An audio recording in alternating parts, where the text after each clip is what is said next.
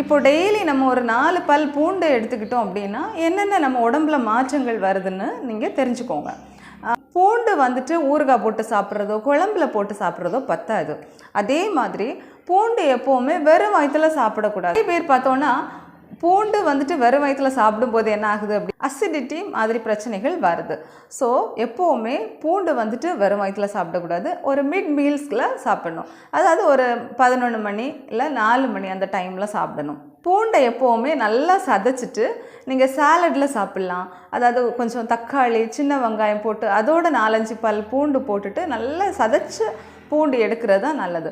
நம்ம பூண்டில் இருக்கக்கூடிய ஆலிசின் சொல்லக்கூடிய ஆன்டி ஆக்சிடென்ட் வந்துட்டு நமக்கு நம்ம உடம்புல இருக்கக்கூடிய கொலஸ்ட்ராலை நல்லா குறைக்கும். நல்ல கொலஸ்ட்ரால் நிறைய வரதுக்கு ஹெல்ப்ஃபுல்லாக இருக்கும். கெட்ட கொலஸ்ட்ராலை நல்லா குறைக்கும். ரெண்டாவது பார்த்தோன்னா பிபி இருக்கிறவங்களுக்கு, அதாவது ப்ரெஷர் இருக்கவங்களுக்கு நல்லாவே ப்ரெஷரை நல்லா கண்ட்ரோல் பண்ணி கொடுக்கறதுக்கு இந்த பூண்டு வந்து ஹெல்ப்ஃபுல்லாக இருக்கும்.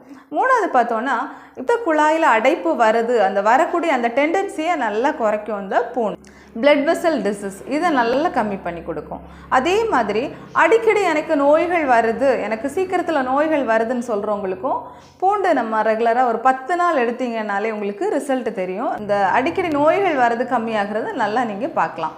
ஸோ 4 அல்லது 5 பல் பூண்டு க்ரஷ் பண்ணி எப்போவுமே க்ரஷ் பண்ணி எடுக்கணும்.